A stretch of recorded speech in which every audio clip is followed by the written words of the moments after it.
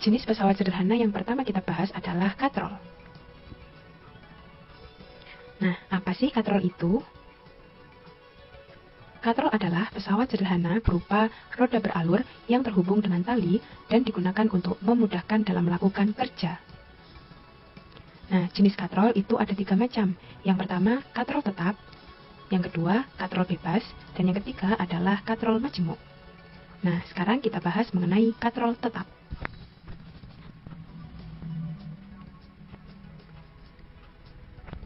Jadi, fungsi utama dari katrol tetap adalah untuk mengubah arah gaya.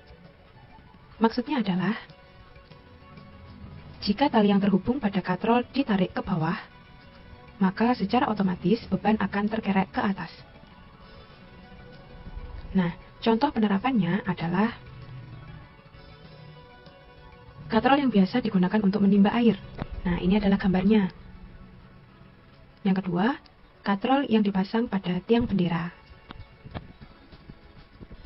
Nah, untuk lebih memahami tentang katrol tetap, kita harus mengetahui bagian-bagiannya. Nah, inilah penampang dari katrol tetap. Di situ ada tumpu, nah ada beban, dan juga terdapat kuasa tempat mengereknya. Nah, kita beri nama masing-masing titik. Ada titik A, titik B, dan titik C. Pada titik A di bawahnya kan ada kuasa, sehingga A itu adalah titik kuasa. Untuk titik B di atasnya kan ada tumpuan, sehingga B merupakan titik tumpu. Dan C di bawahnya kan ada beban, sehingga C merupakan titik beban. Nah, pada katrol terdapat lengan, yaitu lengan kuasa. Lengan kuasa adalah jarak antara titik tumpu dan titik kuasa. Nah, titik tumpunya kan B, titik kuasanya adalah A, sehingga lengan kuasanya sama dengan panjang B ke A, atau sama dengan jari-jari katrol. Nah, ada juga lengan beban. Lengan beban adalah jarak antara titik tumpu dan titik beban. Nah, titik tumpunya kan B, titik bebannya adalah C, sehingga panjang LB adalah sama dengan panjang B ke C, atau sama dengan jari-jari katrol. Pada katrol tetap juga memiliki keuntungan mekanis. Keuntungan mekanis dapat dicari menggunakan persamaan lengan kuasa dibagi lengan beban. Kita tahu lengan kuasa pada katrol tetap adalah panjang B ke A, dan LB-nya adalah panjang B ke C.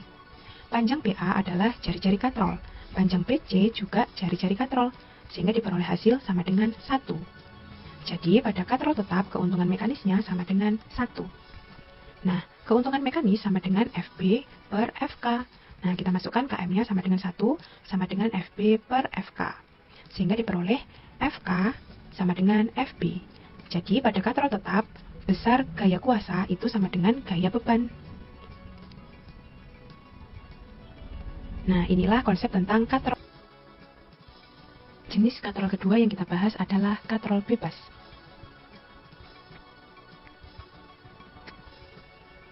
Fungsi utama dari katrol bebas adalah untuk melipatkan gaya, sehingga gaya kuasa yang diberikan untuk mengangkat benda menjadi lebih kecil daripada gaya beban. Nah, contoh penerapan dari katrol bebas adalah alat yang biasa digunakan untuk mengangkat peti kemas di pelabuhan. Nah, untuk lebih memahami tentang katrol bebas, kita perlu mengetahui bagian-bagiannya.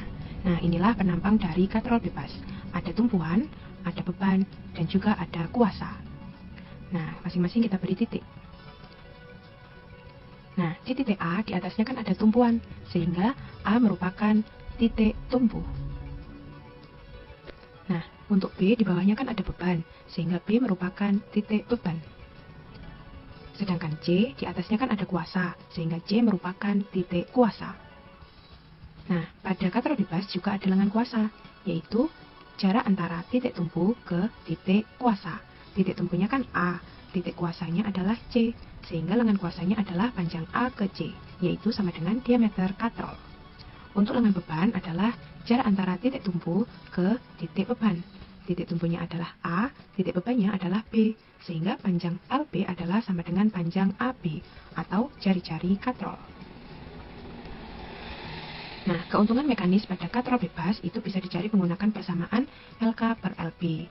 LK-nya adalah panjang AC, LB-nya adalah panjang AB. Panjang AC itu adalah diameter katrol, dan panjang AB adalah jari-jari katrol.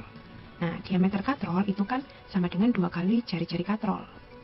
sehingga diperoleh hasilnya adalah sama dengan 2. Jadi dapat disimpulkan keuntungan mekanis pada katrol bebas sama dengan 2. Nah, keuntungan mekanis bisa dicari dengan persamaan FB per FK.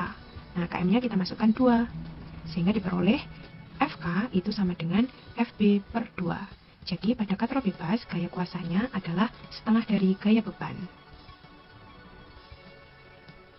Inilah konsep tentang katrol bebas. Katrol ketiga yang kita bahas adalah katrol majemuk.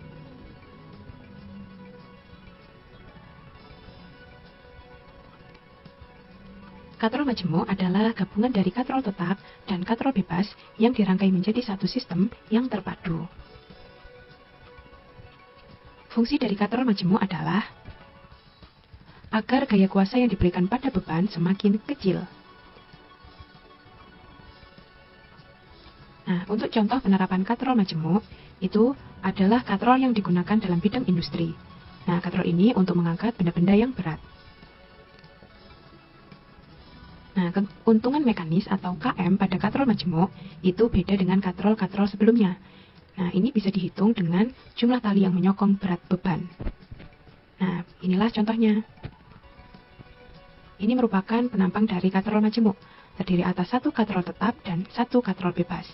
Untuk menghitung keuntungan mekanisnya, maka kita menghitung jumlah tali yang menyokong berat beban. Nah, kita hitung. Nah, di situ ada 2 tali yang menyokong beban. Jadi, tali yang kuasa itu tidak masuk dalam perhitungan KM. Sehingga diperoleh KM-nya adalah 2. KM itu kan persamaannya FB dibagi FK. Ketika persamaan ini kita masukkan dalam bentuk segitiga,